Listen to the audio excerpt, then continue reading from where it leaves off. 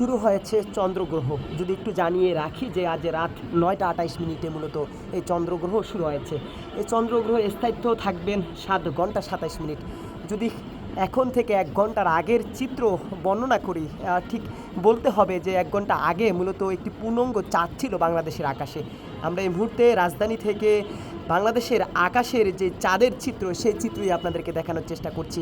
চন্দ্রগ্রহকে ঘিরে বাংলাদেশ থেকে শুরু করে বিভিন্ন দেশের মানুষরা কিন্তু এই চাঁদকে উপভোগ করছেন। যে চন্দ্রগ্রহ হলে চাঁদটি ক্রমে ছোট হয়ে যায়, সেই চিত্রই কিন্তু দেখার জন্য জনতারা, সাধারণ মানুষরা থেকে শুরু করে বিভিন্ন শ্রেণী পেশার মানুষরা এই চাঁদটি দেখছেন। আমরা রাজধানীর বিভিন্ন ছাদ এবং বিভিন্ন খোলা জায়গায় দেখেছি, লক্ষ্য করেছি যে মানুষজন কিন্তু এই চাঁদ দেখার জন্য দাঁড়িয়ে আছেন, উৎকণ্ঠা হয়ে দাঁড়িয়ে আছেন।